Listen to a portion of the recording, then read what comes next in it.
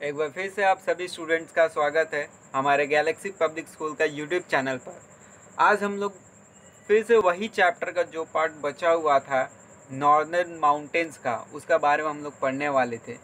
तो उसमें क्या है कि हम लोग कुछ पार्ट छोड़ दिए थे, जैसे कि एडवांटेजेस ऑफ हिमालय, मतलब कि हिमालय जो अभी है वहाँ पर, तो उससे हम लोग को क्या फ़ायदा है उसका बारे में छोड़ दिए थे।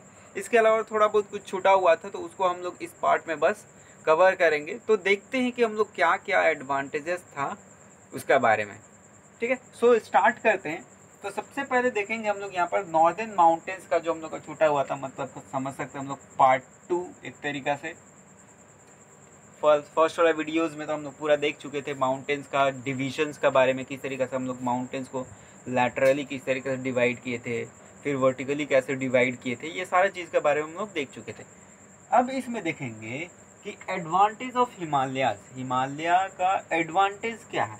तो सबसे पहला एडवांटेज हम लोग को दिखता है कि it guards our northern mountains और नॉर्दर्न बॉर्डर फ्रॉम एनिमी। मतलब ये दिख रहा है कि समझ सकते हैं कि ये हम लोग का जो नॉर्दर्न बॉर्डर है, मतलब कि इंडिया का जो नॉर्दर्न वाला बॉर्डर है, आप समझ सकते हैं जैसे जम्मू कश्मीर हो गया, हिमाचल प्रदेश हो गया, और भी उधर जैसे सिक्किम वगैरह उधर होते हुए समझ सकते हैं अरुणाचल प्रदेश हो गया। ये सारा जो बॉर्डर्स है, उस बॉर्डर्स पर बाहर से कोई दूसरे तरफ से एनिमी, जैसे कि पाकिस्तान हो गया या चाइना हो गया या फिर और भी दूसरे सेंट्रल एशिया से एनिमी हम पे अटैक नहीं कर सकते, क्योंकि यहाँ पर बहुत ही विशालकाय, बहुत ही लार्ज, बहुत ही ह्यूज माउंटेन्स हैं।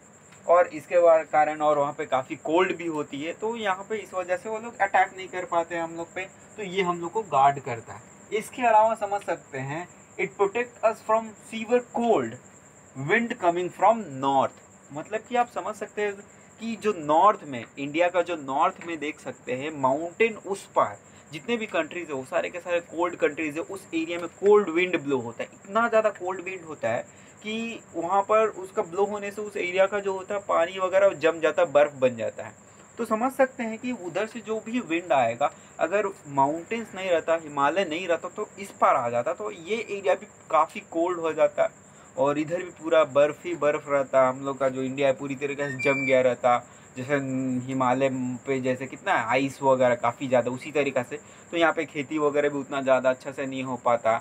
यहाँ का क्लाइमेट ही कुछ अजीब रहता, अलग रहता, जो आज हम लोग अलग अलग क्लाइमेट देख पाते वो भी नहीं हो पाता। ठीक है, तो ये समझ सकते हैं, ये हम लोग का जो ठंडा जो कोल्ड विंड है उससे हम लोग को बचाता है। इसके अलावा they check the rain bearing monsoon winds. इसका मतलब है कि जो मानसून विंड जो ब्लो होता है, जो बे ऑफ बंगाल हो गया या फिर जो अरेबियन सी में जो भी मानसून विंड जो ब्लो होता है, मानसून विंड जो होता है, मानसून अपने साथ क्या होता है कि बारिश लेकर के आता है। वो बारिश लेकर के आता है, पूरे ऑल ओवर इंडिया में बारिश कराता है, जिससे कि हम लोग सब कोई जानते हैं कि फसल वगैरह को जो होता है पानी का ज़रूरत है, तो वो सारा चीज़ों का पूर्ति होता है। नदी में जो होता है पानी, यही सारी चीज़ों के कारण जो होता है मानसून विंड जो होता है वो अपने साथ जो बारिश लाता है उसी कारण होता है। तो ये क्या करता है, जो हिमालय है वो इधर से, सपोज़ कीजिए इधर से इंडिया है, ये इधर हिमालय है, इधर से मतलब कि ये इंडिया से इधर क्या होता है, इधर से जो विंड हो गया तो इसको इधर ही जा करके रोक देता, उसको उस पार नहीं जाने देता। नहीं तो अगर क्या होगा, हिमालय का अगर उस पार चला जाएगा तो इधर बारिश होगा नहीं, बारिश तो उधर जा करके होगा। तो ये क्या करता है, टकरा करके इधर ही रह जाता है। इस वजह से ये पूरा नॉर्दर्न इंडिया में, नॉर्दर्न प्लेन्स में इधर से होते हुए बारिश पूरा इधर सब तरफ होता है, जिससे कि अच्छा खासा मात्रा में इस एरिया में फसल उपज पाता है, सिंचाई अच्छा तरीका से हो पाता है। इसके अलावा समझ सकते हैं कि नेक्स्ट वाला जो अगर देखेंगे इसका क्या एडवांटेज है, तो ये हिमालय पे जितना भी मेल्ट आइस है, तो वो समझ सकते हो वो जो आइस है वो मेल्ट हो करके जो होता है वो पानी बन जाता है। और उसी पानी से जो होता है यहाँ पर जितनी भी नदियाँ जो है जो बहती है, जो सालों भर बहती है, तो वो सालों भर बहने वाली नदियों का जो पानी का जो सोर्स होता है, वाटर का जो सोर्स है, वो यही मेल्टिंग आइस ही है। और यहाँ पे पेरिनियल रिवर का मतलब होता है वैसे नदियाँ जो पूरे सालों भर बहते रहती है, उसी को बोलते हैं पेरिनियल रिवर। और इनका सोर्स क्या होता है, इनमें पानी कहाँ से आता है, तो यही हिमालय पे जितना भी आइस वगैरह है वही सब मेल्ट होते रहता है, तो धीरे धीरे उसमें पानी जो होता है वो फ्लो होते रहते हैं। इसके अलावा समझ सकते हैं ये जो the Himalayas are rich in forest, obviously समझ सकते हैं। अब लोग नाम भी सुने होंगे कि हिमालय पे जो होता है काफ़ी ज़्यादा मात्रा में जड़ी बूटियाँ पाई जाती है, तो उसी से समझ सकते हैं हिमालय जो होता है काफ़ी ज़्यादा मात्रा में वहाँ पर घना जंगल भी पाया जाता है यहाँ नीचे वाले क्षेत्र में। और इसके अलावा जो होता है अनेक प्रकार के जीव जंतु और अनेक प्रकार के पेड़ पौधे पाए जाते हैं। इसके अलावा समझ सकते हैं Himalayas have a varied wild life. Obviously varied wild life, varied का मतलब क्या होता है? विविध। विविध तरीका के मतलब कि अनेक तरीका के, बहुत मेनी टाइप्स। तो वही बताया जा रहा है हिमालय में बहुत सारा टाइप्स का जो होता है वाइल्ड लाइफ पाया जाता है, अनेक तरह तरह के जो होता है जीव जंतु पाए जाते हैं। ठीक है, इसके अलावा समझ सकते the steep and Rocky slopes thick and islands. इसके अलावा समझ सकते हैं इसका जो माउंटेन का जो स्लोप होता है ना, वो काफ़ी ज़्यादा स्टीप होता है, मतलब कि एकदम खड़ा ढाल वाला होता है।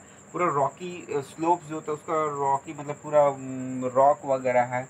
और थिक आइलैंड्स मतलब कि समझ सकते हो वहाँ पे ये जो है मतलब कि ज़मीन वगैरह है जो है वो मतलब कि समझ सकते हैं काफ़ी घना है। ठीक है, तो जंगल घना है, सॉरी। तो ये सारी चीज़ें हो गई कि माउंटेन्स का क्या एडवांटेज है। इसके अलावा और भी बहुत सारे एडवांटेज हो सकता है, सोच सकते हैं आप लोग कि हम लोग को फॉरेस्ट वगैरह से इतना जड़ी बूटी मिलता है। इसके अलावा वहाँ पे अनेक प्रकार के जीव जंतु मतलब कि जीव जंतु रहते हैं। और हिमालय हम लोग को पता होना चाहिए कि वर्षों पहले हमारे ऋषि मुनि जा कर के वहाँ तप करते थे। आज भी पता है, आज भी बहुत लोग जाते हैं वहाँ पर, तप करते हैं, अपना जो है वो सारे चीज़ों का जो होता है वो ज्ञान अर्जित करते हैं। तो ये सारी चीज़ें हो गई। अब इसके बाद देखे हैं कुछ पार्ट बचा था जैसे कि इंडिया है। इसके अलावा तो हम लोग पढ़ लिए इंडिया का हिमालय के बारे में, क्या है इंडिया, हिमालय क्या है क्या नहीं है वगैरह। अब देखेंगे कि जो इंडिया में जो ऑब्वियसली समझ सकते हैं हम लोग, अलग अलग एरिया में अलग अलग तरह के लोग रहते हैं, अलग अलग कल्चर फॉलो करने वाले लोग रहते हैं। उनका रहन सहन अलग है, उनका कपड़ा पहनने का तरीका अलग है, मीन सोशल लाइफ सबका अलग अलग है, अलग अलग चीज़ें पसंद करते हैं। तो ये सारी चीज़ें लोग कैसे हैं वो सारी चीज़ें बताती है। लेकिन अगर हम देखें, हम लोग पूरे भारत में देखें किस जगह पर किस तरीके का ज़मीन पाई जाती है क्या नहीं, उसका बारे में देखें तो अब इसलिए समझ सकते हैं। कहीं देखेंगे हम लोग भारत में, कहीं जैसे कि जम्मू कश्मीर में देखेंगे काफ़ी ज़्यादा मात्रा में बर्फ़ पाया जाता है। इसके अलावा देखिएगा यहाँ पर डेजर्ट वगैरह, जैसे राजस्थान वगैरह में जो द थार डेजर्ट है, वहाँ पे बालू वगैरह काफ़ी ज़्यादा पाया जाता है। इसके अलावा देखिएगा कि आप लोग इधर जो सेंट्रल इंडिया में जो होता है, सेंट्रल इंडिया तो नहीं बोल सकते, थोड़ा सेंट्रल इंडिया से थोड़ा सा जस्ट साउथ की तरफ अगर जाएंगे इस एरिया में, तो इधर प्लेट्यू रीजन्स पाया जाता है। प्लेट्यू मीन्स पठार, जहाँ पे थोड़ा पहाड़ जो होता है वो रॉकी होता है और वो इस तरीक़ा से नहीं होता है, मतलब कि वो फ्लैट होता है, समझ सकते हैं। ये ऐसे टाइप का मतलब कि थोड़ा ऊंचा होता है, वो फ्लैट होता है, और ऊपर जो होता है वो ऊपर जो होता है सरफेस जो होता है वो फ्लैट होता है, थोड़ा ऊपर उठा हुआ एरिया का, तो उसको बोलते हैं हम लोग प्लेट्यू। ठीक है, इसके अलावा समझ सकते हैं ये कोस्टल एरिया हो गया। तो इस तरीक़ा से इंडिया का जो होता है फिजिकल डिवीजन इसको बोल सकते हैं कि किस एरिया में किस तरीक़ा का जो होता है वो ज़मीन पाया जाता है। तो उस तरीक़े से बोल सकते हैं 5 पार्ट्स में डिवाइड किया जा सकता है इंडिया को। क्या क्या, तो यहाँ पे बोल सकते हैं यहाँ पर द फिजिकल डिवीजन,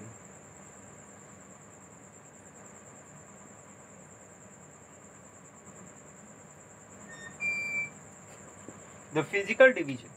तो इसमें फिजिकल डिवीजन में भी बताया पांच प्रकार का। तो सबसे पहले ऊपर से शुरू करते हैं, तो ऊपर में सबसे पहले क्या आ जाएगा? द नॉर्दर्न माउंटेन्स, जो कि हम लोग ऑलरेडी पढ़ चुके हैं।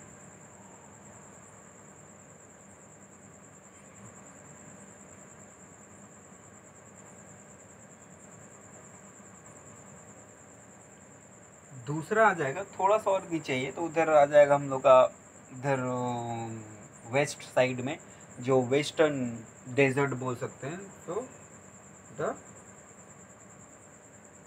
Western desert. इसके अलावा थर्ड में देख सकते हैं हम लोग यहाँ पर वेस्टर्न डेजर्ट हो गया। उसके बाद नॉर्दर्न प्लेन आ सकता है जो कि काफ़ी ज़्यादा उपजाऊ हो, उसमें अनेक तरह के फसल उगाए जाते हैं। पूरे इंडिया में नॉर्दर्न प्लेन्स ही है एक जहाँ पे काफ़ी ज़्यादा मात्रा में जो होता है फसल वगैरह उगाया जाता है, काफ़ी ज़्यादा उपजाऊ हो। क्यों? क्योंकि ये सारी नदियाँ जो होती है, जो पेरिनियल रिवर, जैसे गंगा हो गया, यमुना हो गया, और भी बहुत सारा, जो सतलज तो खैर उधर जम्मू कश्मीर उधर तरफ है, नॉर्थ, वैसे उसको ये बोल ही सकते हैं। तो नॉर्दर्न जो इंडिया में जो रिवर्स फ्लो होती है वो अपने साथ सिल्ट्स वगैरह या फिर जो भी ह्यूमस वगैरह ला करके जो होता है डिपॉजिट कर देती है उस एरिया में। बाढ़ के समय जब बाढ़ आता है तो उससे क्या होता है, ज़मीन उपजाऊ हो जाता है। तो इसलिए जो होता है उस एरिया में जो होता है फसल का उपज काफ़ी ज़्यादा होती है। तो वही बताया जा रहा है यहाँ पर, द नॉर्दर्न माउंटेन्स,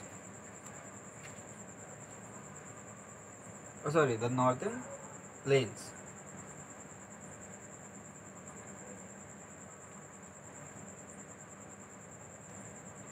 इसके अलावा फोर्थ में देख सकते हैं हम लोग यहाँ पर नॉर्दर्न प्लेन्स हो गया, इसके बाद आ गया नॉर्दर्न प्लेन के बाद फोर्थ में आ जाएगा प्लेट्यू। तो द सेंट्रल प्लेट्यू बोल सकते हैं या फिर सिर्फ प्लेट्यू बोल सकते हैं,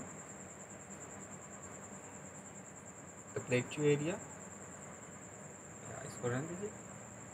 फिफ्थ में आ जाएगा जो कोस्टल एरिया है। कोस्टल मतलब क्या, जो समुद्र के किनारे जो जो एरिया है उसको बोला जा रहा है कोस्टल एरिया। तो समझ सकते हैं इधर तो खैर गुजरात है, तो ये सारा का सारा कोस्टल एरिया जो होता है, इधर राजस्थान, इधर मतलब इधर तो डेजर्ट शुरू हो जाता है, लेकिन यहाँ से जो होता है यहाँ पर मतलब कि समझ सकते हैं ये सब कोस्टल एरिया है। ठीक है, तो ये क्लियर हो गया। तो यहाँ पे वही बताया जा रहा है द कोस्टल।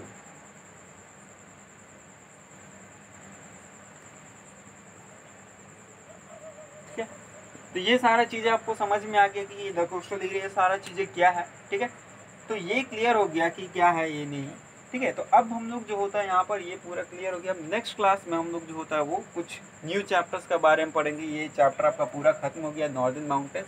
अब नेक्स्ट क्लासेस में जो होता है या फिर नेक्स्ट चैप्टर्स में आप लोग को ये एक ही करके पढ़ाया जाएगा। द वेस्टर्न डेजर्ट के बारे में, द नॉर्दर्न प्लेट्यू के, द नॉर्दर्न प्लेन्स के बारे में, द सेंट्रल प्लेट्यू के बारे में, फिर कोस्टल एरिया के बारे में। ये सारा चीज़ों को जो होता है आप लोगों को नेक्स्ट क्लास और नेक्स्ट चैप्टर्स में जो होता है डिटेल्स में पढ़ना है ज्योग्राफी में। तो ये आज का क्लास यहीं समाप्त करते हैं हम लोग। यहाँ पर नॉर्दर्न माउंटेन्स आप लोग का कंप्लीट हो गया। नेक्स्ट क्लास में हम लोग एक न्यू चैप्टर्स करेंगे जिसमें कि और मज़ा आएगा। ये सारी चीज़ें अभी आप लोगों को बहुत अच्छी तरह से क्लियर हो गई हो। तब तक के लिए आप लोग इंतज़ार कीजिए कि हम लोग नेक्स्ट वीडियो कब नेक्स्ट चैप्टर का डालेंगे, और बहुत ही जल्दी ही डालेंगे यूट्यूब चैनल पर। और तब तक इसको जो होता है आप लोग समझने की कोशिश कीजिए। जो भी डाउट्स होता है हमारे यूट्यूब चैनल पे जो होता है, वो जो नंबर है व्हाट्सअप नंबर, उस पर जो होता है अपना डाउट क्लियर कर लीजिए, अपना डाउट शेयर कीजिए। इसके अलावा जो होता है जो भी वीडियोज़ है हमारे वीडियोज़ है अपने दोस्तों के साथ शेयर कीजिए, अपने देखिए अच्छा तरीक़ा से, लाइक कीजिए, सब्सक्राइब कीजिए, और बस मस्त रहिए। इसी तरीक़े से नॉलेज हम लोग जो दे रहे हैं उसको अच्छी तरीके से गेन कीजिए और अपना नॉलेज बढ़ाते रहिए। तब तक के लिए bye bye and have a nice day.